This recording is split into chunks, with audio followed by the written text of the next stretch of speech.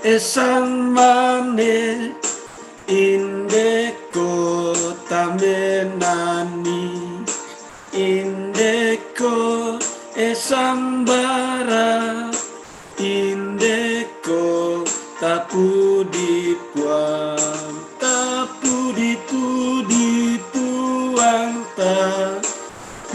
puang masokan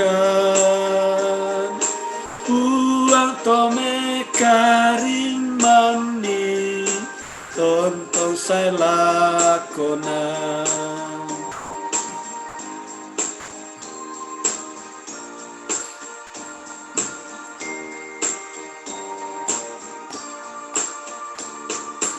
O Indo, o ambeku, esulu solanasan, tapakendek papudian, langan puang kapenomban, tapudi-pudi puang ta, tu puang masokan.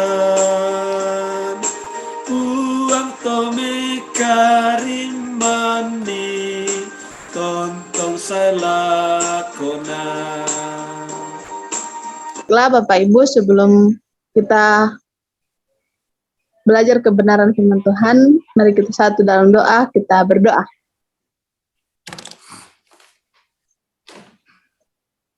Patut puji dan syukur kami angkat ke hadapan hadirat-Mu ya Tuhan, di mana kasih-Mu dan pemeliharaan-Mu senantiasa Tuhan nyatakan dalam kehidupan kami.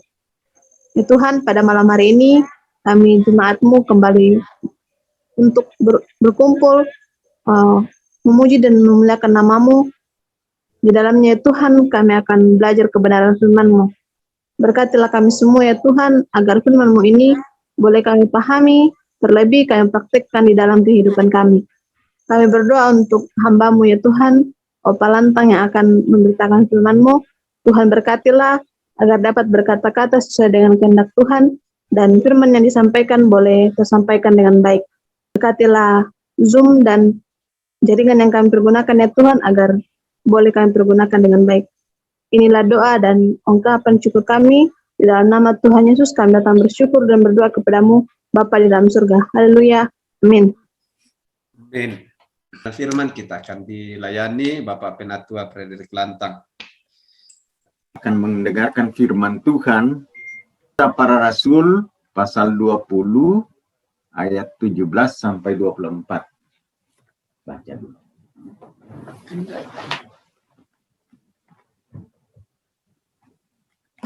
Perpisahan Paulus dengan para penatua di Efesus.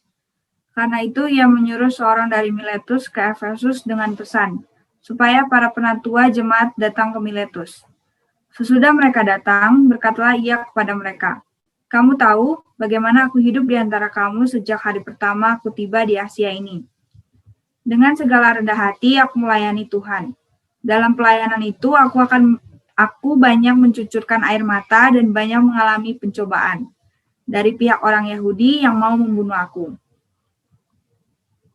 Sungguh pun demikian, aku tidak pernah melalaikan apa yang berguna bagi kamu.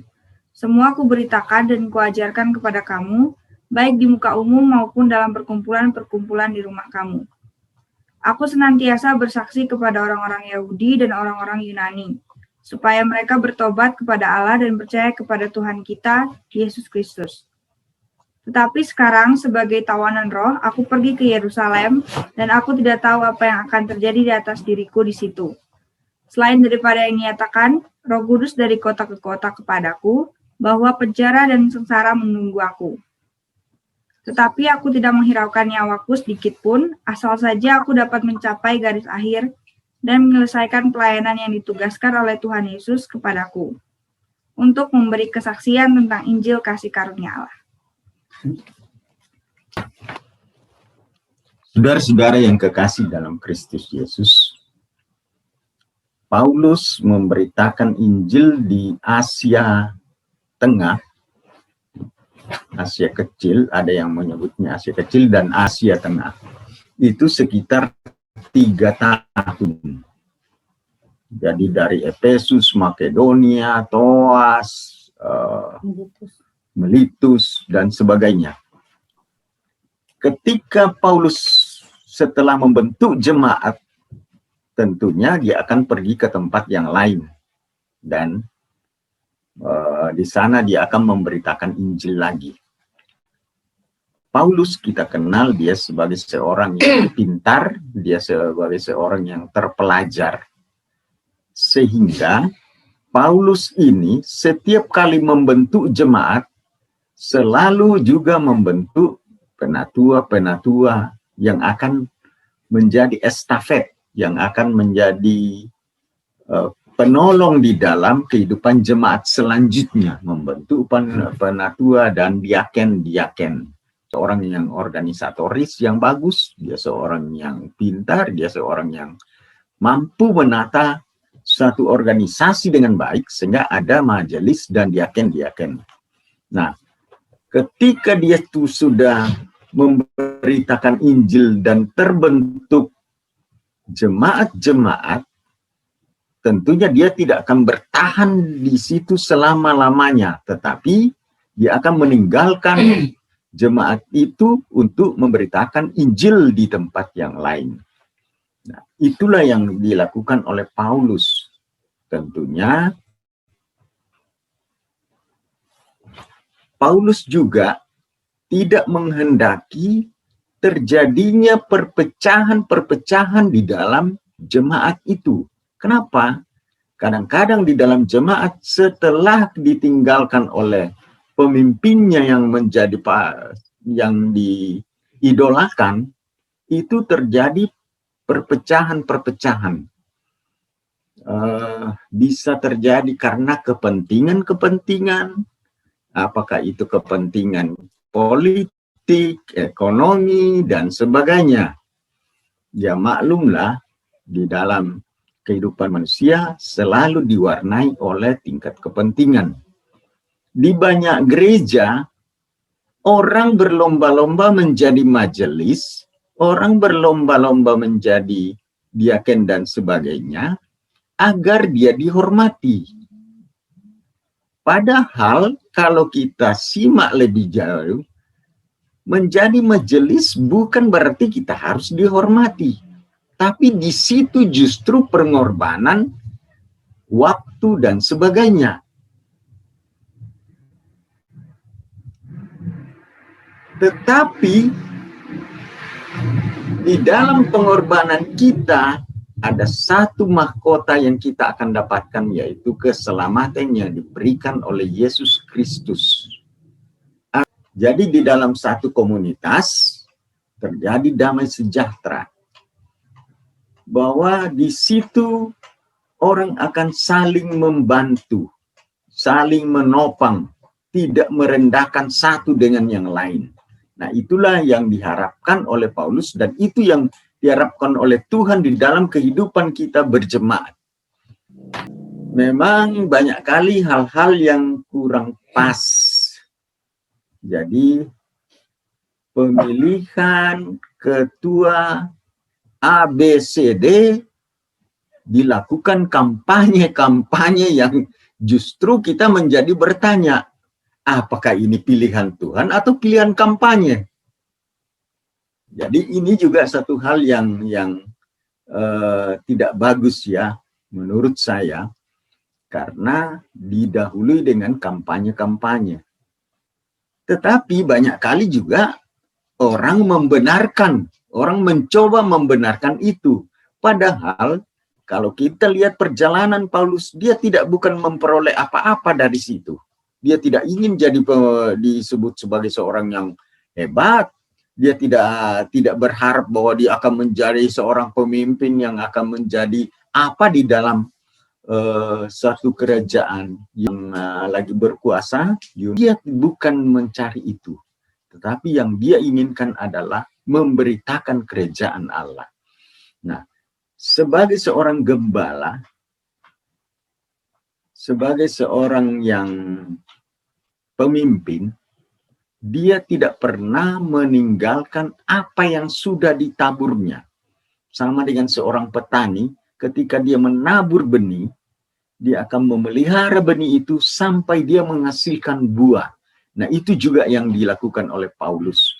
Paulus ketika dia sudah meninggalkan Efesus, dia memanggil majelis-majelisnya untuk menyampaikan nasihat-nasihat di dalam damai sejahtera, agar semua jemaat yang ada di situ bisa menghasilkan damai sejahtera, bisa menjadikan saling menopang satu dengan yang lain, seperti apa yang biasa dikatakan bahwa jika satu bagian dari tubuh itu sakit, maka akan dirasakan oleh seluruh tubuh.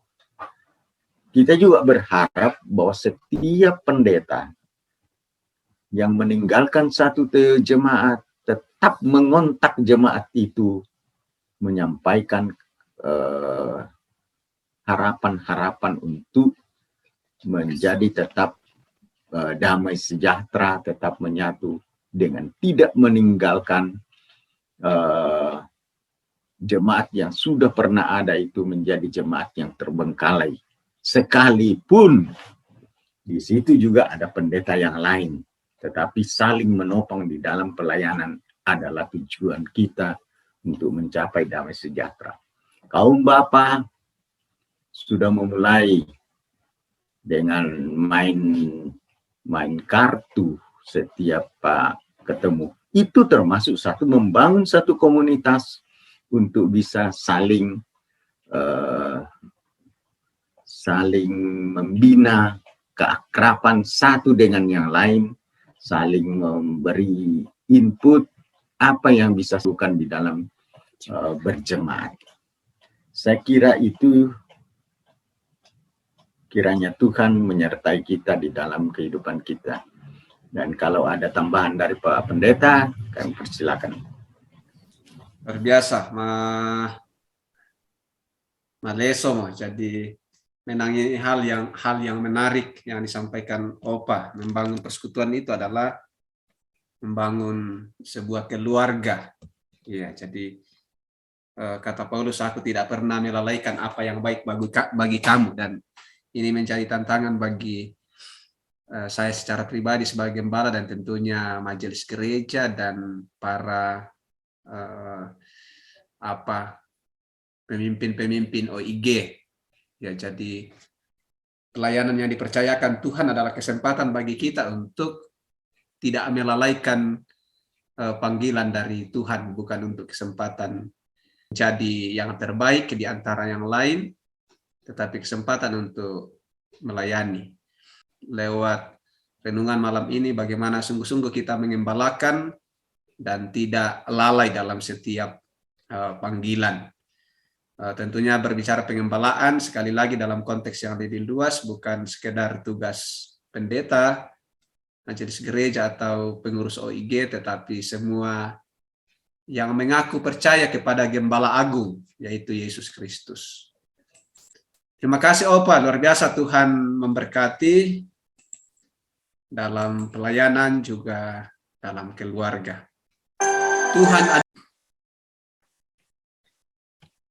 Tuhan adalah gembala kita, dan kita diberikan juga tugas untuk saling mengembalakan. Sekalipun dalam lembah kekelaman, percayalah kalau kita saling menuntun, kita akan melewati semuanya. Kita satu dalam doa, kita berdoa. Terima kasih Bapa di sorga, Engkau sungguh baik bagi kami. Kau mengingatkan kami bahwa kami adalah domba gembalaan Tuhan, dan sekaligus setiap kami diberikan peran oleh Tuhan untuk menjadi gembala dan tidak melalaikan tugas tanggung jawab kami sebagai gembala yang memberikan pendampingan, menuntun domba-domba ke jalan yang benar, mengantar mereka ke air yang tenang dan ke padang rumput yang hijau. Sebagai pesan bahwa seorang gembala membawa kehidupan di tengah-tengah persekutuan, bukan sebaliknya sebagai sumber perpecahan. Tetapi gembala hadir untuk menyatukan, memberikan pelayanan yang terbaik, sehingga domba-domba sungguh mengenal suara gembala, yaitu suara Allah sendiri. Terima kasih Bapa di sorga, hamba-Mu, orang tua kami, Penatua Frederik Lantang, Tuhan pakai untuk mengingatkan kami tentang makna persekutuan, untuk saling menopang, saling mendorong, saling mengingatkan, saling melayani, saling membantu satu dengan yang lain sebagai satu komunitas yang baru yang disebut sebagai anak-anak Tuhan atau domba-domba gembalaan Tuhan. Tuhan berkati, berikan kesehatan, kekuatan dalam tugas pelayanan selanjutnya sebagai gembala, dan juga di tengah-tengah keluarga sebagai imam, sebagai teladan, sebagai contoh bagi keluarga, bagi anak-anak yang Tuhan karuniakan. Juga menjadi orang tua kami di tengah-tengah jemaat, di tengah-tengah persekutuan kami, masyarakat Toraja yang ada di Sukabumi.